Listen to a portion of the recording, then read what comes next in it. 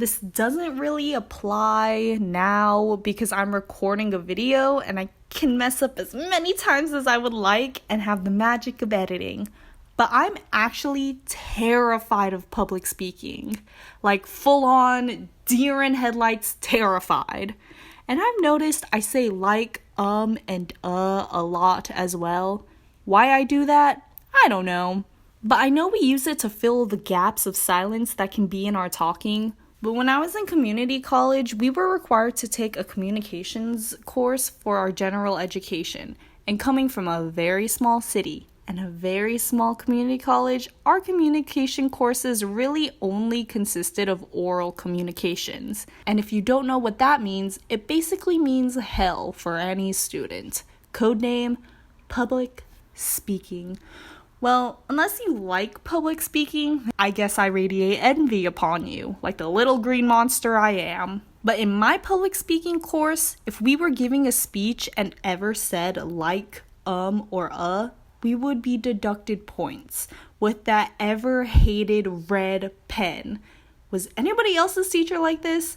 I mean, I understand why they would do that. Like, it makes you a better speaker, breaks that bad habit, improves professionalism, which in hindsight, she was actually doing her job accurately. But that's just straight up pressuring. I don't know how many times I would have to practice my speech in the mirror or in my head to make 1,000,000% sure I memorized my speech and don't say those words. It kinda sucked. For 2 reasons, really. 1, because I had to rehearse again and again, and it probably made me sound really robotic. 2, because I took those classes with 2 of my close friends from high school who are naturally good at public speaking. Let's make up names for them, shall we? Because that's always a fun time. We'll call my first friend Adventure, because every time we hang out, something always happens and it's quite the trip. Don't worry, we've never been chased by the police before. Anyways, I'll call my second friend Pizza, because we had a dumb inside joke with a couple people saying, "You forgot the pizza!" Now, I love these two, but oh my goodness, how relaxed they were in this class. Adventure was naturally a good speaker, meaning for the duration of this course, she would oftentimes come up with the speech the day of and be able to talk about it with minimal notes and a relaxed tone. Pizza, on the other hand, is literally some kind of monster. He winged every single speech we gave with only some research. For our class, at the end of the semester, we gave out awards for our class's favorite speakers, and guess who won most persuasive? And he freaking whatever. He made up his speech, I'm pretty sure, the day of. That's right, I know your game. Although I never confirmed it with him if he actually came up with his entire 5-minute speech on the spot, so Pizza, if you're watching this and I'm wrong, I'm sorry. And on top of that, I was one of those lucky ones because there was only maybe 25 people in that entire class. Compared to other colleges where their average class ranges from like 50 students or higher, yeah, I don't think I could ever handle that. Along with our grades, my teacher also gave us feedback papers with some critiques. Yeah, doom! It was helpful. I guess it really did aim at getting us better at public speaking, but I really hated it. Dear Leedles, do better at not sucking. Your teach. Which was not helpful in any way. Okay, that was a little dramatic, but it was like she was looking down upon me like, "You peasant, you can't even talk in front of your class without feeling the need to vomit." Also, in this class, there were things we did called impromptus. Impromptus were the pop quizzes of this class. We didn't know when they were coming, but when there was one, you could feel the air get thicker with anxiety.